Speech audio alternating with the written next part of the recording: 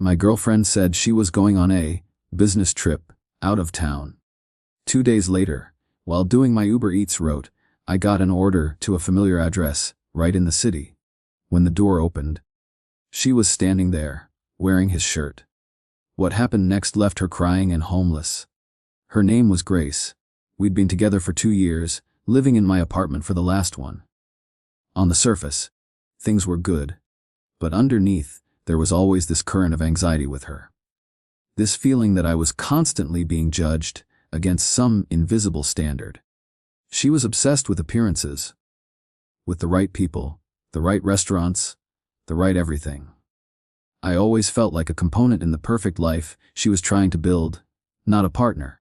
The last few months, she'd become distant, always on her phone with a little smirk on her face that I wasn't a part of. Last Thursday, she came home with big news. Her company was sending her on a mandatory leadership retreat. It was in a city about 3 hours away, and she'd be gone from Friday morning until Sunday night. She showed me the brochure for the conference center, a fancy place with golf courses and a spa. It all seemed legitimate. So, I played the supportive boyfriend. I helped her pack, told her to have a great time, and kissed her goodbye Friday morning. The apartment felt quiet and empty after she left. I had a weird feeling in my gut, but I told myself I was just being paranoid. On Saturday, my best friend Dave, who does Uber Eats on weekends, called.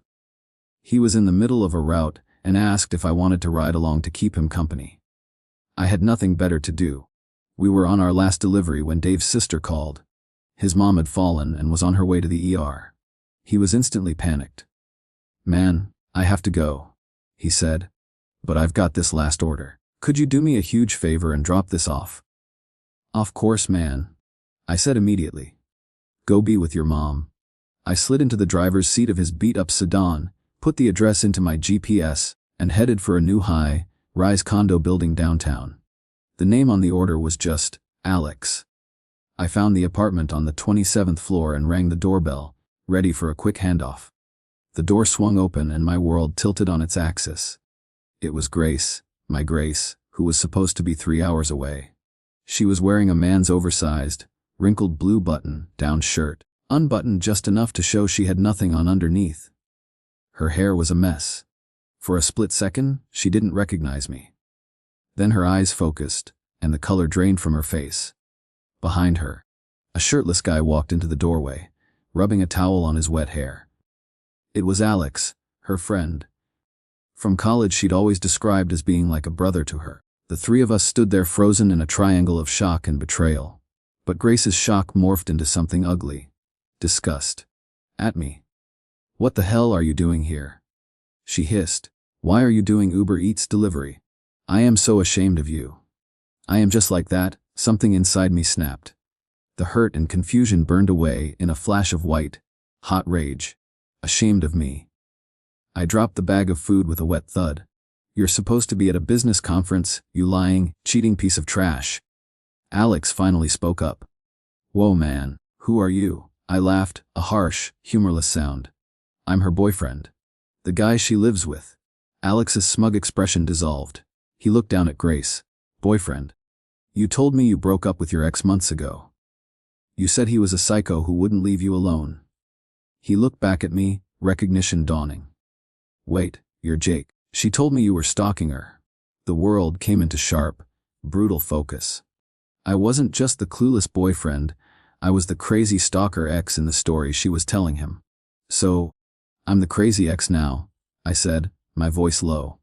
"Is that what you were thinking when you used my credit card to book your flight to this conference?" "It's not what it looks like," Grace stammered. "Oh, it looks exactly like what it is," Alex shouted, turning on her, his own anger just as raw as mine. "You've been playing me this whole time." She started to cry then, the classic defense. I was confused. She sobbed. "I love you both. You don't love anyone but yourself?" I spat. The confrontation was messy and loud. Doors on the floor were probably cracking open. I didn't care. Finally, her tears dried up, replaced by a desperate panic. "Where am I supposed to go now?" she whimpered. I looked at her, standing there in another man's shirt. "I don't care," I said flatly. But you have until noon tomorrow to get every last one of your things out of my apartment. If it's not gone by then, it's going to the curb." She turned her hopeful eyes to Alex. He just shook his head in disgust. "You are definitely not staying here," he said. "I want you out of my apartment now." He grabbed her purse from a table, tossed it into the hallway, and slammed the door, leaving her alone with her lies. I just turned and walked away. The first thing I did when I got back to my apartment was change the locks.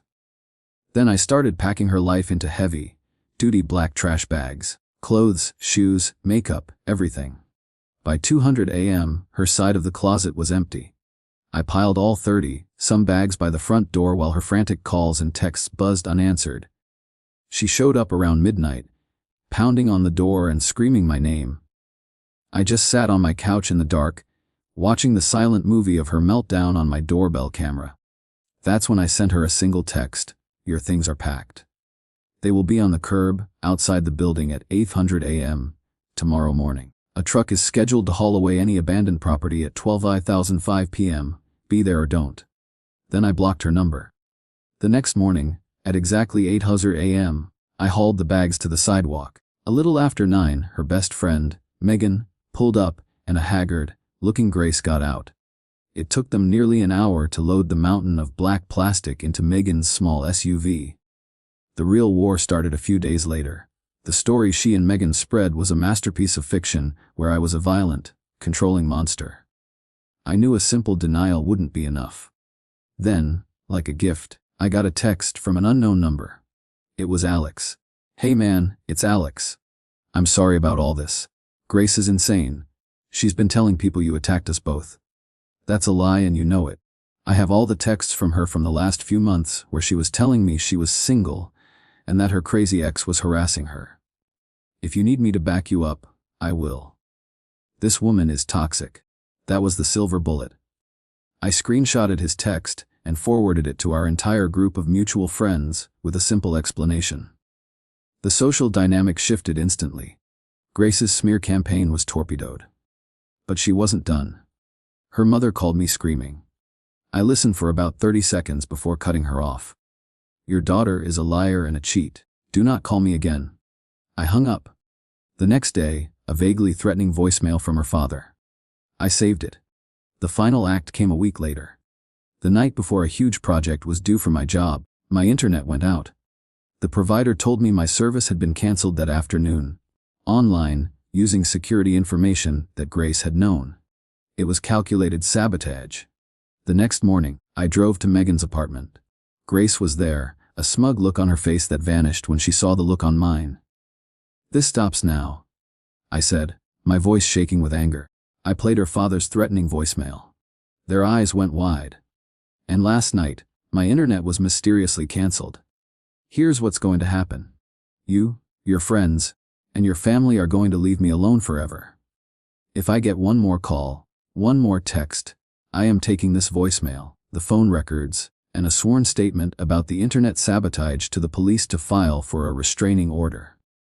Do you understand me?" They were pale and silent. The reality of legal consequences was something they hadn't considered. "But Jake," Grace tried, her voice cracking, "I made a mistake. What about us?" I looked at the woman I had once loved and felt nothing but pity and disgust. "There is no us," I said. "You torched that idea when you packed your bags for a fake business trip." I turned and walked away. I blocked their numbers, her parents' numbers, and went home to my quiet, clean apartment. I poured myself a drink and deleted every picture I had of her. It was finally over.